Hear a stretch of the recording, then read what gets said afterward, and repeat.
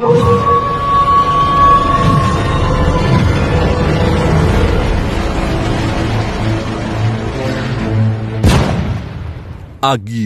ni Paraon. Mga kaagimat, ito po ang mutya sa sugal. Hindi ito jade mga kaagimat.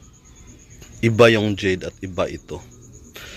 Maraming mga mayayaman yung merong ability sa psychic or merong background or alam sa crystal users, mga crystal users, or merong nakapag-advise sila na about sa psychic sa ibang bansa, naglalaro sa casino, dapat suot mo to or nasa kabalot sa iyong katawan or nakahabak or kwintas.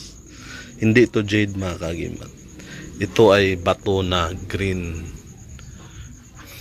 Mas magtigas pa to siya sa glass mga kaagimat. Kung itry natin, sandali lang mga kaagimat kunin. Okay, itry natin dito mga kaagimat. Ma-scratch to. Kita nyo, walang scratch, pero see, kita mo, kaya niyang sugatan, pero ito hindi siya makrack, walang galos. Kahit ano pa to, grinder or mataas na uri ng mga cutting disc, tawag dyan, diamond cutter, pwede siya i-cut, gaya nito. Malaking bato kasi ito, biniak mga kaagimat. Tapos ito ng resulta.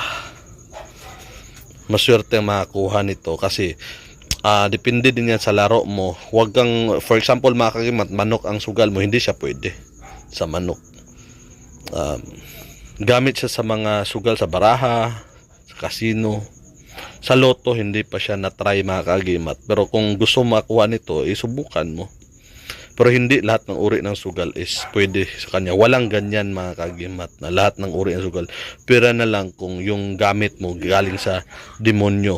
Natural kasi ito, pangkalikasan mga kaagimat. Hindi siya like for example gabay, demonyo, ganyan. Soul sealing, palagi kang mananalo kahit anong uri ng sugal. Pero ito is kalikasan siya.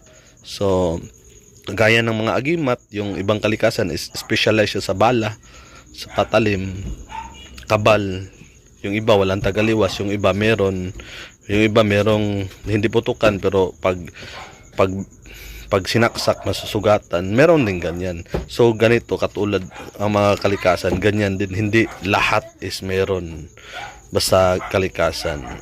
Pero iba pang kalikasan is tagaliwas lang, pero pinuputukan. Meron ding tagaliwas at hindi putukan ng baril. Ganyan lang, ganyan din kaagimat, depende sa uri ng mutya or gamit. Ito sa sugal. Okay, pero sabihin mo sa manok, hindi siya pwede. Okay mga kaagimat, ang gamit din ito mga kaagimat, pwede siyang gamitin sa pang-apply ng trabaho. Para maniwala kayo sa akin mga kaagimat, meron ako nito. At in fact sa akin to galing. Marami kasing naghingi ng advice kung anong agimat pansugal. Ito yung binakita ko. Ito yung sa akin mga kaagimat. Pakita ko Ito yung sa akin mga kaagimat. Tulad nito. So mga kaagimat, maswerte ang sino makakuha nito kasi pakakawalan ko na. Anin nating marami mga kaagimat. Mas maganda kung makapagbigay tayo sa iba. Tunay to, legit to. Ako mismo meron nito, gumagamit nito.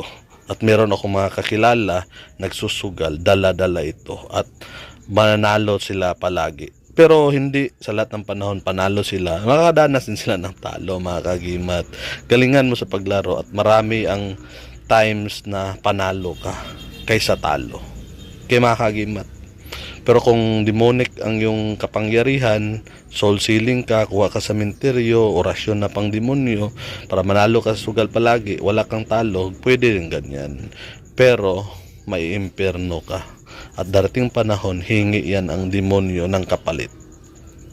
Ito is pampaswerte lang sa kalikasan. Okay mga kaagimat, please like, share, comments, and subscribe to our YouTube channel. And follow me on Facebook. At kita-kita tayo sa susunod na video.